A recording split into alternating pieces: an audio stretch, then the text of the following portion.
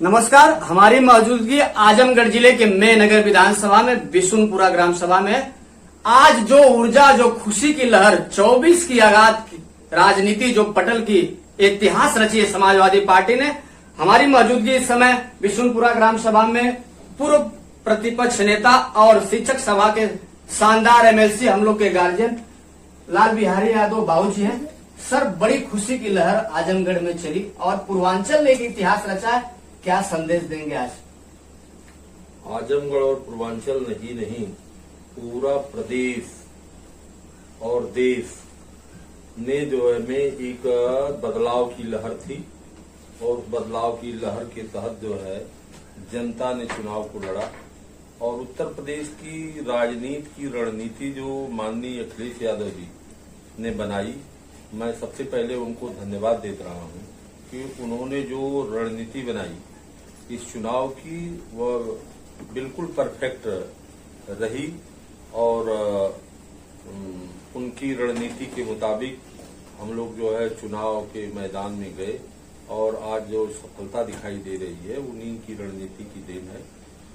और हम तो सदन में भी कहा करते थे, विधान परिषद के अंदर जो है, कि ये लोकतंत्र है, लोकतंत्र में जनता को अधिकार होता है और इस पर किसी व्यक्ति को या किसी पार्टी को कोई घमंड नहीं होना चाहिए कि जनता जिसको चाहे जब जमीन पर कर दे, जब चाहे तब आसमान पर पहुंचा दे।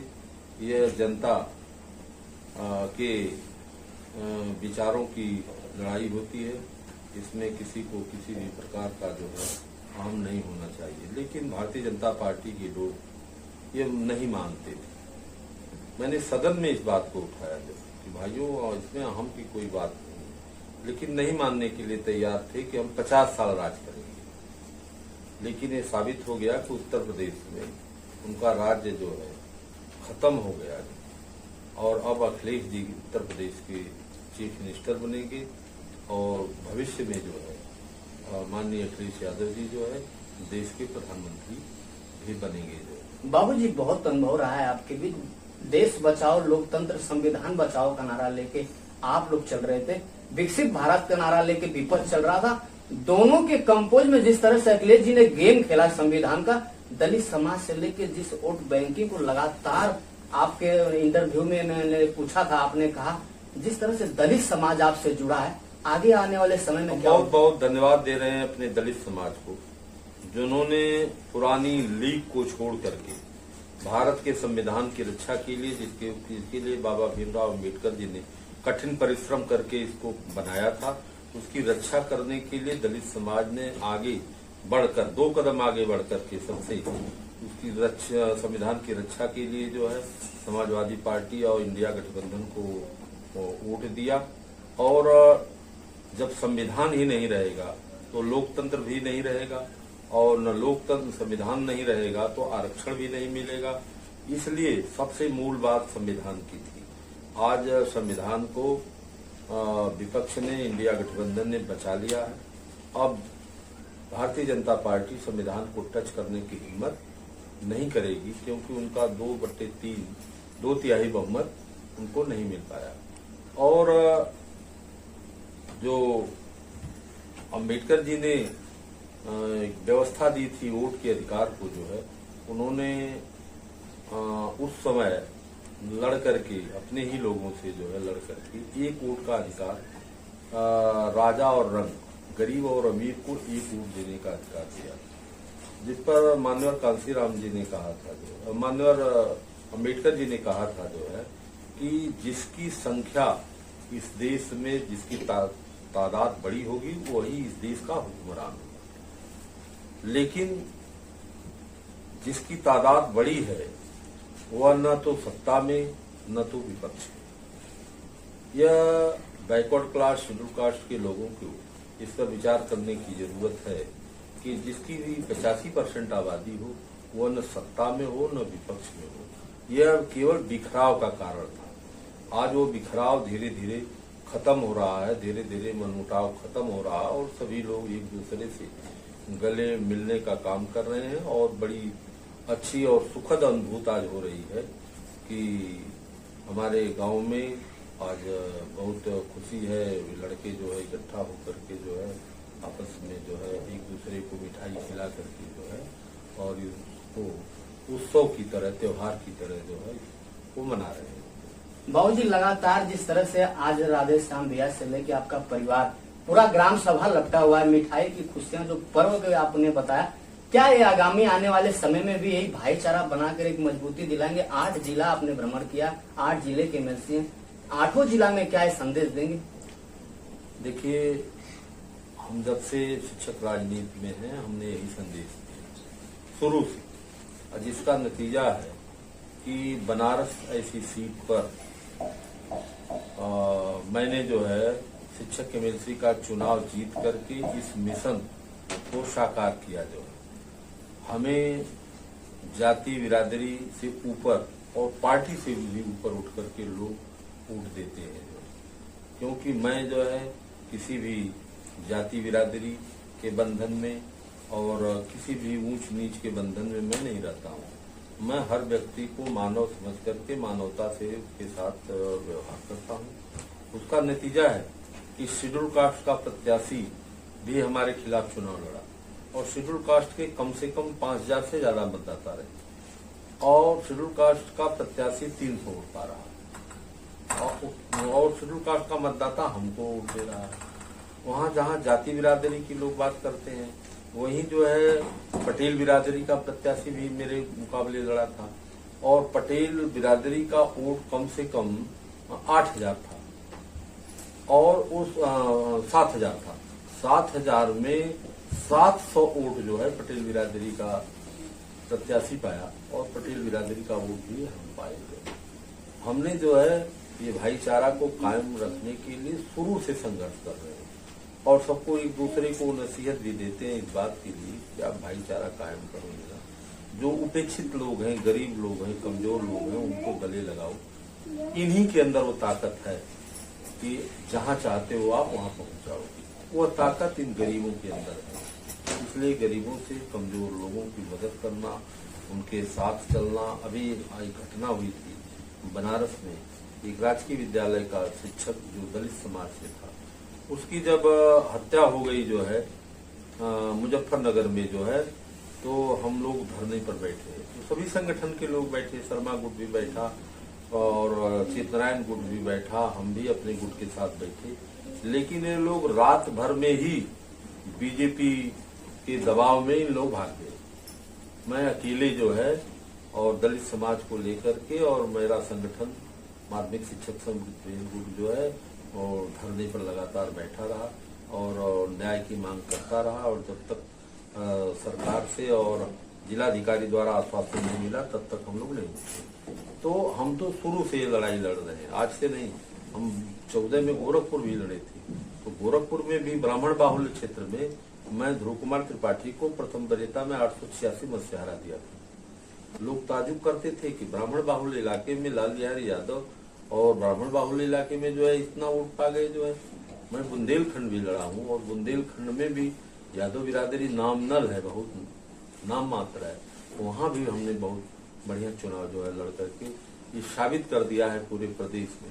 मैं उत्तर प्रदेश के 18 मंडलों में 10 मंडल से चुनाव लड़ चुका हूँ और 10 मंडलों में हमें बहुमत से हमारे साथ लोग जाति बिरादरी से ऊपर उठ करके रहे हैं। इसलिए मैं जाति बिरादरी की और ऊंच नीच की सारी भावनाओं से ऊपर उठ करके शिक्षक राजनीति करता हूँ और पार्टी की राजनीति जो है करता हूँ जो है। और हम चाहेंगे कि समाजवादी पार्टी की हमारे सभी कार्यकर्ता इसी भावना से जो है, जिस भावना से हम लोग काम करते हैं, जिस भावना से माननीय राष्ट्रीय अध्यक्ष अखिलेश यादव जी काम कर रहे हैं, उनका कहना है कि हम अम्बेडकर जी के सिद्धांतों पर और लोहिया के सिद्धांतों पर चल करके हम राजनीति करेंगे और हम पीडीए पर आधारित राजनीति करेंगे। उन्होंने अपने फार्मूले को जो है इस चुनाव में सिद्ध कर दिया है कि पीडीए ही, उन्होंने कहते हैं कि पीडीए ही हमारा भगवान है, तो पीडीए ही ने ही उनको जो है यहाँ तक पहुँचाया है। आज देश में तीसरे नंबर की पार्टी बन करके समाजवादी पार्टी उभरी है। बाबूजी, जिस तरह से आपने अफजाल के नामांकन में मैंने आपसे पूछा था, तो आपने कहा भविष्यवाणी की 40 के ऊपर हमारी संख्या रहेगी।